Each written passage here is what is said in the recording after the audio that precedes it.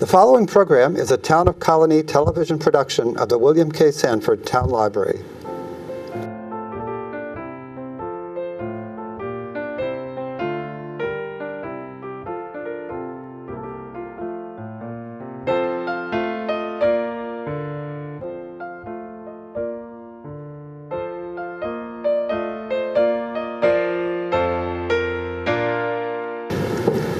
Welcome to An Open Door on the Arts.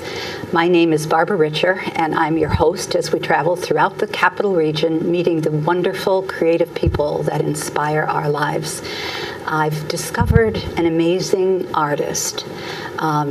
She works with techniques that until a couple years ago I was completely unaware of, my own ignorance, I'm sure, but I'd like so much for her to share them with you and some of the amazing creations that she makes from this many-stepped process that she uses. She's right from here in the Hudson Valley. She's exhibited nationally and internationally. Her work was chosen recently by the Studio Art Quilters Association. Actually, she was chosen as an artist to watch, which is why she's here. We're going to be watching her or for her from now on. And she's featured in the Art Quilter Collector magazine. Her name is Velis Turan, and we would call her Kathy, but Velis Turan is her professional name. Kathy, I am so glad that you're here.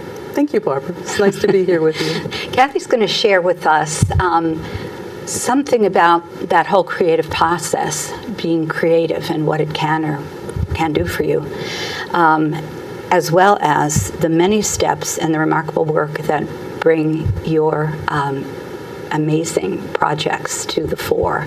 And I'm going to share with the audience that you did tell me when we met, not so very long ago, that you first became involved or remember wanting to be creative and involved in art when you were lying under your mom's coffee table and drawing on the underside of that table. And that kind of might have been a start of when the artist was blooming in you.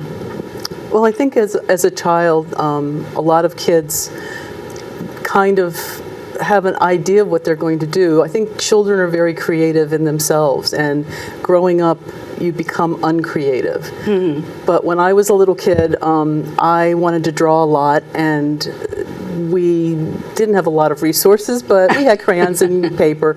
And I do remember my mother was pretty a neat freak, and she didn't allow me to do much, except she did allow me to lay under the coffee table and draw, and I like to do that a lot. So that was just the start of I guess me realizing that I wanted to be an artist. But it took me a long time to come to the art that I do now.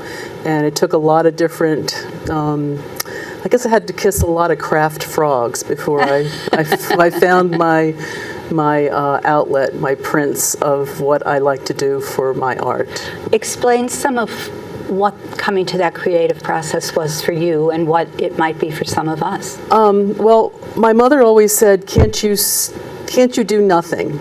And I'd say no. I mean, I would always be doing something. I carved into wood. I did soldering. I was into soldering for a while because I couldn't be into welding because I was too little. Oh my gosh. My dad was a liquor salesman, mm-hmm. and he would bring home these old display pieces, and we would tear them apart and make things out of them. Recreate them. Yeah, we would create things out of them. So there was always something that I wanted to do. My grandmother was a refugee, mm-hmm. and she was very frugal, and she taught me to sew, and she made aprons out of old house dresses. And wonderful. She did ruching. She cut out flowers mm-hmm. From fabric, and she put them onto pillows, and she crocheted, mm-hmm. and she kind of got me started doing fiber art. So there was always something that I was interested in learning or doing. Now, when you say fiber art, that's another word for fabric, is it? It's similar? sewing. Fabric art. Okay. Fiber art is a lot of different things. Fiber art can be paper, paper cutting. It can be making paper. It could be sewing. It could be knitting, crocheting, felting. Wow. Quilting, and I happen to be an art quilter. And when did you start with so we have an introduction now to this whole creative process burgeoning in you. It sounds like with most of us having something that wants to come out and not be silenced and not be still, but finding how we're going to use those instincts is important. And you had fortune to have your grandmother there to put some things in your hands that made sense to you. Yeah, and fortunately she died when I was a teenager, so I didn't have her influence for as long as I would have liked. But she did. My mother didn't know kind of craft or things like that, but I did start making my own clothes when I was, late teens. So that really got me sewing more, and I tried painting, I tried ceramics, I tried all different kinds of things, but I could never really find the thing that I was looking for in art until my husband's niece said she was going to teach me to quilt, and I said, "Oh, I don't have time to quilt. I'm too busy. I have too many things to do." But I did finally let her talk me into it. I made a couple of bed quilts, and then I started doing art quilts, and the first one I did was the visiting chair. And we're going to be seeing that. Just so our audience does know, Kathy sent us 3 of her pieces of art, and they'll be shown during this interview. The first one is the visiting chair, and this is the one she's talking about now. So, yeah, I was doing regular bed quilts, but I did a couple of those, and that really wasn't my thing. I'm not really a precise quilter. But my girlfriend came up, she was visiting, and we bought a dining room set. And she bought it, and she couldn't get it all in her car when she left, so she left one of the chairs with me, which was the visiting chair, and I drew it in several different places around the house, and I made the first quilt in, that was my first art quilt. And now explain to us what is, we might be jumping ahead just a little bit. I know that you had a background as an illustrator and a graphic designer, so you're working in sort of an art world, but you're still finding something that really speaks to you, it sounds like. And exactly what is an art quilt? Well, an art quilt isn't a quilt that you put on a bed necessarily. I mean, I guess you could put it on, if it was big enough, you might use it for a bed quilt. But an art quilt is basically something that is a wall hanging. Okay. And it's more decorative than functional. And yeah, I did graphic design. I was a graphic designer. I did publication design. I did illustration. So I drew, and while my drawing is more cartoon-like, I guess, it seems to fit perfectly well with what I do now in my art quilts. Oh, your art quilts are astounding. I do want to say to the audience also that her website will be at the end of this interview, and by all means go to it. I'm glad you're going to be seeing the 3 pieces you'll see during the interview, but she has such an array of pieces and such an amazing history of talent growing in different directions. You really need to go to the website and see, and we'll talk about some local places where she's showing. So, Kathy, back to your story. So here you are with the visiting chair. Yeah, and the visiting chair was done with commercial fabrics, pieced commercial fabrics, which is a pretty intense, and I really enjoyed it, way to work. I would draw out my image, and then I would blow it up into a large, I call it a cartoon, and then take it and find the right fabrics to put it together, and then all of the pieces are sewn together intricately. It's very time consuming, and I made a few of those before I changed and did kind of evolved into what I'm doing now. The process that you're using now. Okay. Okay. I know that there are many steps through this process. It's not like you sit down and begin drawing. This is, many of them have a sort of a three-dimensional look about them. Well, they have texture to them, more texture than we might be used to seeing, certainly than in any flat visual painting. How many steps do you generally have to go through to come to a completed art quilt? Generally, I take pictures. I'll take a lot of photographs, and from the photographs, I do a drawing. This is how I do the way I do it now, and a kind of visiting chair was done in a little bit like that too, that my pieced work. But I do drawings, and then at this point I'm doing screen printing. So I draw onto a screen kind of like a silk screen, but they don't use silk screens anymore. They use polyester screen. And I draw onto that with sodium alginate and dye mixture. And I let that dry, and then I print onto whole cloth with that, with a activated dye, and that breaks down the drawing that I've done and puts it onto the whole cloth. Oh, wow. And then I paint into it, and after it's been painted into, I quilt it. And the quilting, with the quilting, I add what to me are brush strokes, but I call them thread strokes. Right. And they're done with different colors, threads, and different textures and designs to add a lot more intricacy to the piece. So from far away, it will look like a painting, but you get closer and you get to see a lot more. The texture and the depth that's there. I remember you saying to me, and I thought it was so beautiful, that the piece is not done until those thread strokes are added, and that is where you actually see the hand of the artist. I think that's a beautiful way to explain what happens with this piece, and then your creativity comes into it. Not that everything you've done up until that point to me is astonishing creativity, but this is such a beautiful way then to put your hands to it and make it come to life. That's a and I see that in all of your work. That's a nice way to say it. Well, I really enjoy doing it's free motion quilting. I mean, a lot of people do beautiful hand quilting, and I'm not one of those people.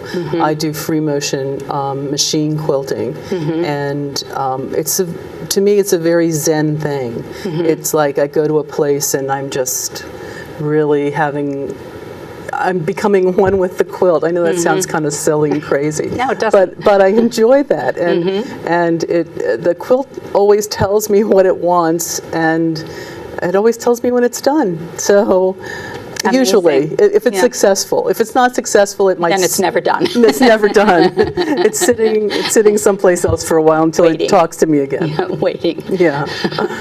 But it is a nice. It is. I just enjoy doing it, and I like the way it looks. I think you have to find in yourself what makes you feel creative, and you have to do it and enjoy doing it, even if you do it for yourself. If nobody appreciates it, that's okay, because if you appreciate it, eventually someone else will appreciate it too. And what does it do for you? Not just you, but what would you say that creative process, which I know you believe is very important to all of us, what does that bring us? Why is that important that we have in our life?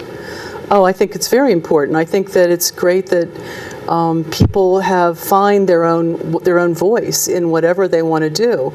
I have a neighbor that builds beautiful stone walls. His regular job is not that creative, but his stone walls are amazing, and I think that's kind of his real talent. My husband is He's an ad executive by day, but he does metal sculpture at night, and that's his creative side, and it makes him happy. So I think, I don't know, no matter if it's gardening or cooking or whatever, people sewing, reading. I mean, people have to find what makes them feel creative, and I think if you don't have that, it's just it's too bad if you don't have something that you love enough to throw yourself into it. And it does sound like there are many different ways to be creative. I think we use that word sometimes, and people will think of themselves and they'll say, "Oh, I'm just not that creative. I'm just, right. I don't have that creative bent. There aren't things that I do." But as you just said, you can creatively garden. Right. I mean, you can creatively raise your children, probably. I don't know. Is there an element of creativity? I think there's always something. There's always something, and it might take you a while to find it, and you might not. I mean, I found what makes me really happy later in life. I didn't really start quilting until about, I guess, 18 years ago, and so this whole direction of my art, which is different from what I had been doing for years before, is fairly new, but I feel very comfortable in it, and I'm going to continue doing it as long as I'm breathing. And it sounds like because you could become an illustrator, because they recognized early in you, someone recognized early in you and put something in your hands that this was a youngster who needed to be busy, who needed to be working with her hands, whatever that creativity was. It was going to be a sort of a tactile, creative kind of thing, and you could go on to become a graphic artist and an illustrator, all of which is so important.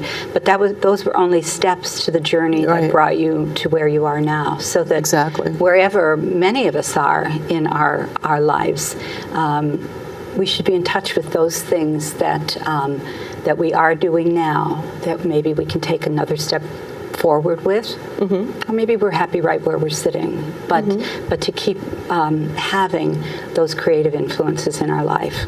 I agree. Yes, I think that it's important. It took steps to get to where I am now from even the piecing part, because I took classes. I took this class called Pattern on Fabric, which was dyeing fabric and printing onto fabric, and that kind of gave me the tools to use in what I'm doing right now. The next step. Exactly. And I think it's always important to take other classes. Like recently I took a Zen Tangle class. Well, Zen Tangle? Zen Tangle. Oh, Tangle. Tangle. Okay. And it's a big thing now, and a lot of people are doing it. And our library had a free class, and my neighbor said, "Come on, let's do this." And I said, "Oh, I don't really need to do this." Come on, let's do it. So I said, okay. But we had fun, and I'm using that skill in my quilting. Amazing. Yeah, so it was... How nice is that? Yeah. So I think it's important to take classes, even if it's something you don't even think you're going to like. There might be something in there that you get out of it. Maybe it's a friend you get out of it too. Exactly. Yeah. So part of continuing to be creative, or maybe part of just being creative, is being open. Oh, yeah. To those things that are perhaps new to you, perhaps a little edgy or uncomfortable for you, but to end up being surprised that they could actually be incorporated and add another potential dimension to what you're doing. So and so those of us who are thinking, "I wish I could be more creative," or "Geez, I'm not creative and all I do is, my garden or my cooking," take a cooking class, and suddenly you become a lot more creative cooker or gardener. Yes. That's interesting. That's good. I have to remember that. Otherwise, that creativity process can just become kind of stagnant, I would guess. I guess so. I think there's people that don't have it, and I don't know. I don't know how their world is, but my world is really happy being in my studio, which is just a room, and but I call it my studio. Makes me feel better, and it lets me go to another place that's maybe it lets me run away from home without leaving home. Excellent. Nicely put. Nicely put. In your mind. Yes. In your mind, to your studio. I love that. Yes.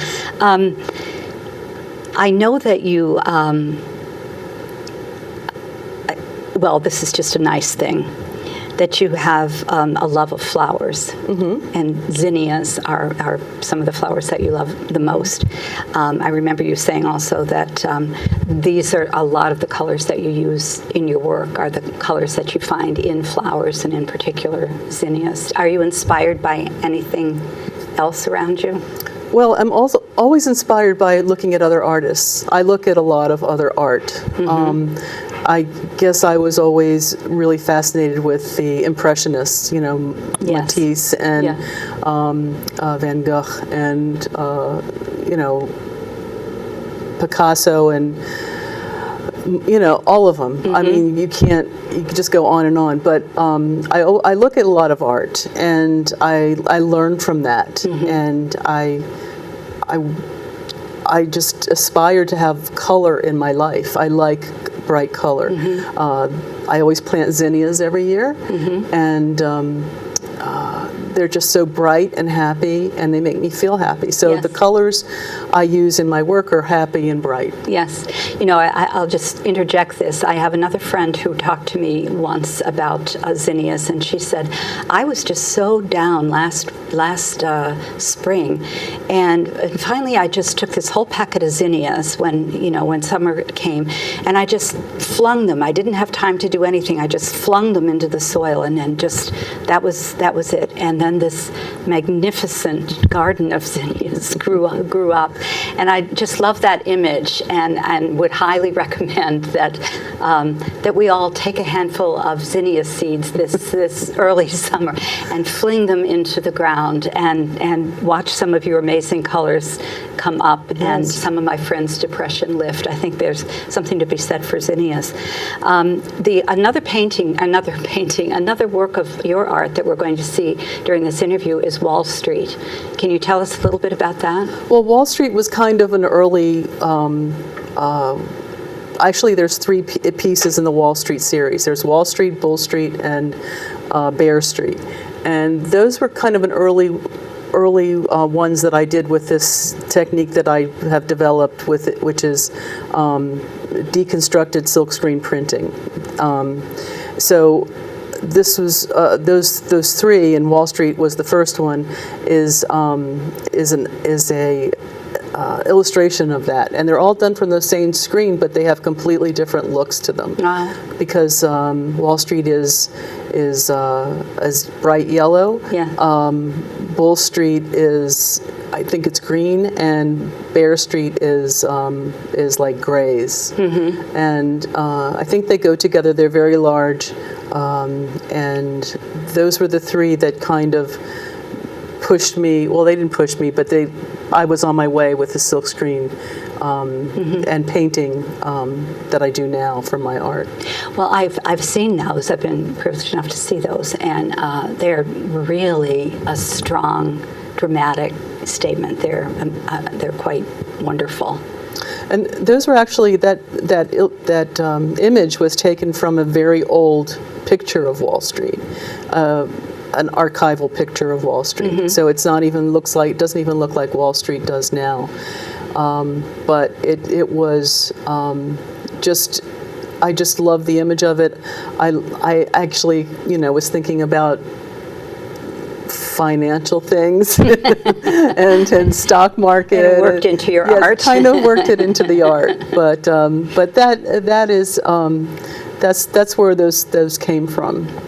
And the third one that audience will be seeing, so I want to touch on that too, is Intersections. Is this some of your latest work? Well, actually, this is one of the first ones I did in the Intersections series, because now I have a whole, and this one's called You Can't Get There From Here. I love it. And it was because I really love urban urban landscapes and highways. And I know this is crazy, but this is what my art is. It's a lot of urban stuff besides Zinnia's.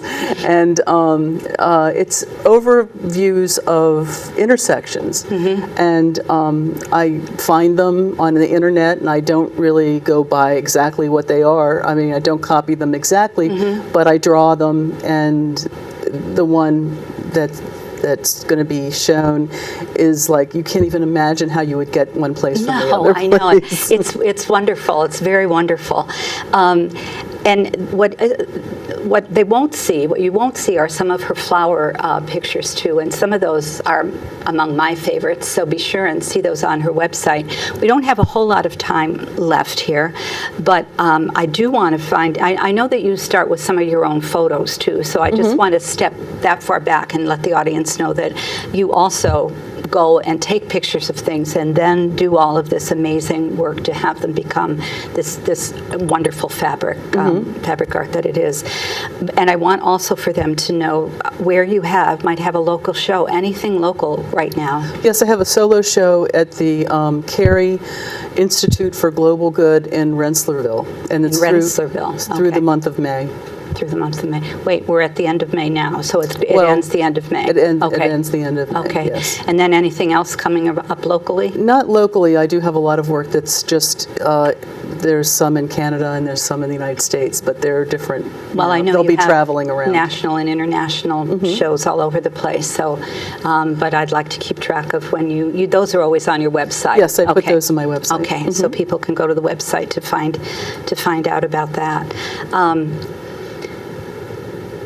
I can't believe that a half hour's gone by. I feel like I have so many other things I want to ask you. Is there anything that you'd like to say or tell us as we're winding down here? No, not really. It's been a pleasure to talk to you about my art. I'm kind of shy about it, but it's easier to talk to you, Barbara. Well, I just find you incredible, and the number of steps that all of this takes, and that you start from step 1 and go all the way over here to step 110 is just amazing to me. And then it comes out and speaks to people. I mean, your art speaks to people, and that's just wonderful. I consider you one of Capital Region's most amazing artists. So I'm glad you're with us.